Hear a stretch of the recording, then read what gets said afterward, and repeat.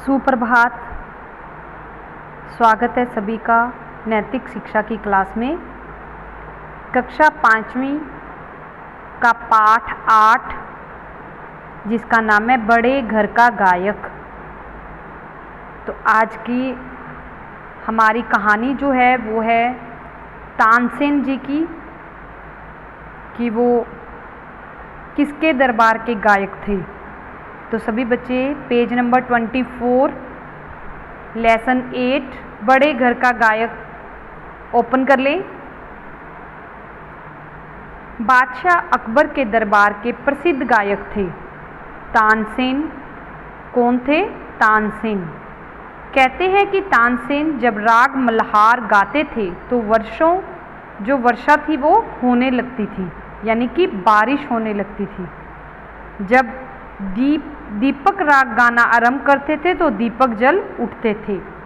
ये क्वालिटी बताई गई है उनकी कि जब वो गाना शुरू करते थे, मतलब इतने लगन से करते थे कि भगवान भी खुशी से झूम पड़ते थे, वर्षा होने लगती थी। और जब दीपक राग गाते थे तब क्या होता था, पूरे हर जगह पर क्या होता था, रोशनी ही रोशनी हो जाती थी, दीपक जल उठते थे। एक दिन अकबर के कहा, तानसेन यह सब कुछ तुमने जिससे सीखा है उसका संगीत हमें भी सुनवाओ। तानसेन ने कहा, शाहजहां मेरे गुरु स्वामी हरिदास हैं। उन्होंने अपने गुरु का नाम दिया, उनका परिचय दिया कि तानसेन के गुरु कौन है? हरिदास।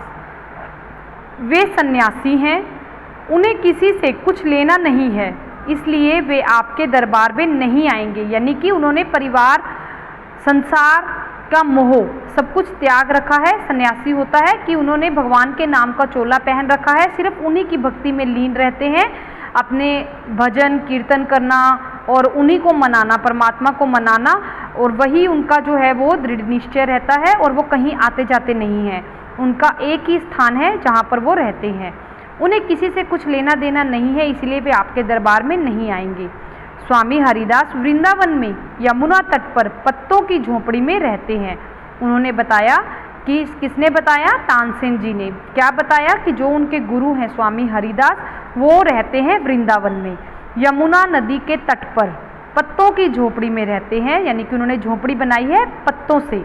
अपने भक्ति संगीत से वे जल में मगन मनाते हैं और किसी के लिए वे गाते नहीं, अपनी मौज से गाते हैं।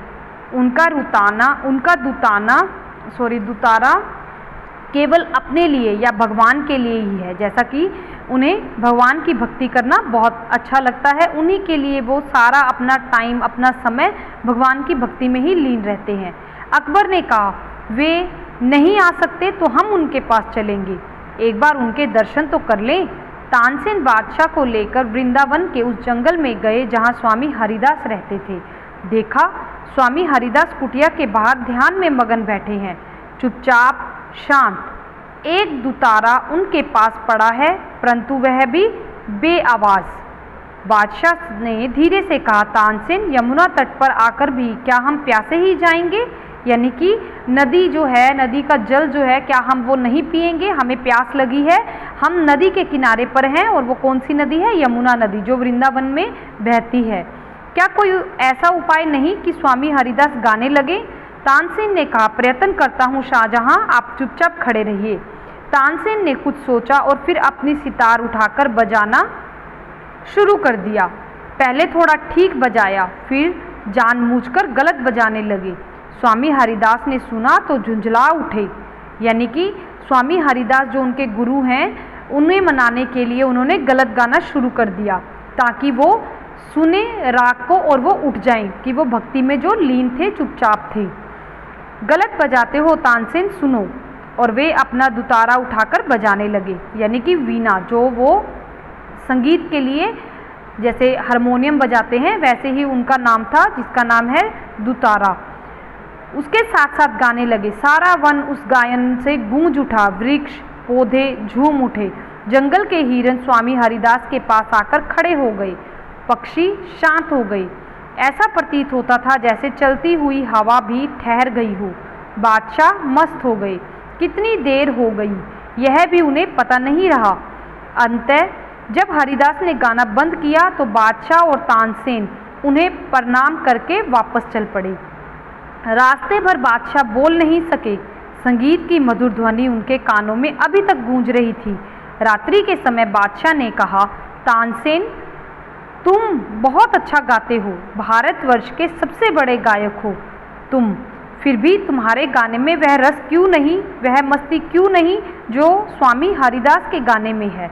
यानी कि उन्होंने तानसेन के गुरु जो हरिदास हैं उनका जब संगीत सुना तब बादशाह मगन हो गए और इतना उनका मन लगा कि वो जाते हुए भी रास्ते में चुपचाप चलते जा रहे हैं और हरिदास से क्या कह रहे हैं कि तुम्हारी ध्वनि, तुमने जो गाना संगीत सुनाया वो वैसा क्यों नहीं था जैसे तुम्हारे गुरु का था। तानसेन ने हाथ जोड़कर कहा, शाहजहां, मुझ में और स्वामी हरिदास में बहुत अंतर है। मैं हूँ दिल्लीपति का गवैया, यानी कि कहाँ का गाने वाला, दिल्लीपति, तो दिल्लीपति के लिए गाता हूँ। स्वामी हरिदास जगतपति के गायक हैं, यानी कि पूरे संसार के अपने भगवान के लिए उनकी निष्ठा जो है वो सच्ची है। वो जगतपति पूरे संसार को वो त्याग चुके हैं, लेकिन परमात्मा की भक्ति में इतना लीन है कि उन्हीं के लिए गाते हैं, उसके लिए गाते हैं जो करोड़ों दिल्लीपतियों का पति है। वे बड़े घर के ईश्वरीय दरबार के गायक हैं, मैं छोटे दरबार का गायक हूँ। अकबर ने सुना, सोचा, समझा और चुप हो गया। धीरे से उसने अपने मन में कहा, जो भगवान के गुण गाता है उसकी वाणी में रस होगा ही। किसने सोचा? कौन सोच रहा है? अकबर सोच रहा है। क्या सोच रहा है? कि जब स्वामी हरिदास इतनी भगवान की भक्ति करते हैं तो उनके गुणगान में रस का होना अनिवार्य है। यानी कि जब हम परमात्मा के लिए सब कुछ करना चाहते हैं, उसी की भक्ति में लीन रहकर उसी के मगन में भक्ति में मगन रहना चाहते हैं, तो हमें वो चीज़, यानी कि हम जो धारण कर रहे हैं परमात्मा की भक्ति का नाम जाप स्मरण कर रहे हैं, तो उसमें तो स्वर जो हैं, जो सुर हैं, उसमें अच्छापन आना ज़रूरी ही है, क्योंकि परमात्मा का आशीर्वाद जो है वो मिल जाता है। तो हमारे पास पाठ महात्मा, ये बड़े घर का गायक, तो ये कहानी तानसेन, अकबर और स्वामी हरिदास जी की है। तो इसी के साथ हम अपना अभ्यास कार्य जो है वो पूर्ण कर रहे हैं। पहला क्वेश्चन है, तानसेन किसके दरबार के गायक थे? तो बताया है तानसेन किसके दरबार के थे? बादशाह अकबर के दरबार के गायक थे। तानसेन के गुरु का नाम क्या था? स्वामी हरिदास। तानसेन बादशाह को जंगल में क्यों ले गए? क्योंकि बादशाह अकबर तानसेन के गुरु का संगीत सुनना चाहते थे। क्वेश्चन नंबर 4, स्वामी हरिदास से गाना सुनने के लिए तानसेन ने क्या चाल चली? क्वेश्चन पूरा कर लेना बेटा बुक लेकर। क्वेश्चन है पूरा, जैसा कि आपको यहाँ भी दिखा देती हूँ। स्वामी हरिदास से गाना सुनने के लिए तानसेन ने क्या चाल चली? क्वेश्चन नंबर 4 है। अब चलते हैं उत्तर की तरफ। तानसेन ने अपनी सितार को जानबूझकर गलत बजाना शुरू कर दिया। क्यों? क्योंकि वो भक्ति में लीन थे, हरिदास जी शांत थे। तो उन्हें जब ये पता चला कि उनका शिष्य गलत वीणा जो है वो बजा रहा है, तो उन्होंने अपनी भक्ति और शांतमयी चुप्पी को तोड़कर उन्होंने उसे उत्तर दिया तानसेन को कि तुम गलत सितार जो है वो बजा रहे हो। लेकिन ये सब हरिदास के शिष्य ने जानबूझकर किया था। क्वेश्चन नंबर 5, स्वामी हरिदास का गाना सुनकर अकबर ने क्या कहा? बादशाह ने कहा, तानसेन तुम बहुत अच्छा गाते हो, भारतवर्ष के सबसे बड़े गायक हो तुम, फिर भी तुम्हारे गाने में वह रस क्यों नहीं, वह मस्ती क्यों नहीं जो स्वामी हरिदास के गाने में है। क्वेश्चन नंबर 6, अकबर के प्रश्न का तानसेन ने क्या कहा? यानी कि ये क्वेश्चन भी पूरा कर लें। अकबर के प्रश्न का तानसेन ने क्या उत्तर दिया? हमारे पास पूरा कर लें, पुस्तक को लेकर बैठे। अकबर के प्रश्न का तानसेन ने क्या उत्तर दिया? तो क्वेश्चन का आंसर है, तानसेन ने हाथ जोड़कर कहा, शाहजहां मैं हूँ दिल्लीपति, उसी के लिए गाता हूँ, और स्वामी हरिदास जगतपति के गायक हैं जो करोड़ों दिल्ली पतियों का पति है। Last question, question number 7, Yamuna तट पर आकर भी क्या हम प्यासे ही जाएंगे? इन शब्दों का अर्थ क्या अर्थ है? तो स्वामी हरिदास के पास भी आकर क्या हम उनका संगीत नहीं सुन पाएंगे? ये नहीं कि उन्हें प्यास लगी है। तो उन्होंने यमुना को देखा और ये कहा, जैसे कि बड़ों की कहावतें बताई जाती हैं, तो उन्होंने कहावत के द्वारा अपनी बात को प्रकट किया कि हम यमुना नदी के पास हैं, यानी कि आपके गुरु के पास हैं। और गुरु क्या है? वो शांत बैठे हैं, कि गुरु जो है वो शांत बैठे हैं। क्या हम यमुना नदी के पास आकर भी, यानी कि पानी की नदी के पास आकर भी अगर मैं पानी को ना पीऊँ तो मेरे से बड़ा अपराधी कोई नहीं होगा, क्योंकि मैं प्यासा ही रह रहा हूँ। इसी तरह जैसे मैं गुरु के पास आकर भी उनकी आवाज़, उनका संगीत ना सुन सकूँ तो ये मेरे लिए बड़ी दुर्भाग्य की बात होगी।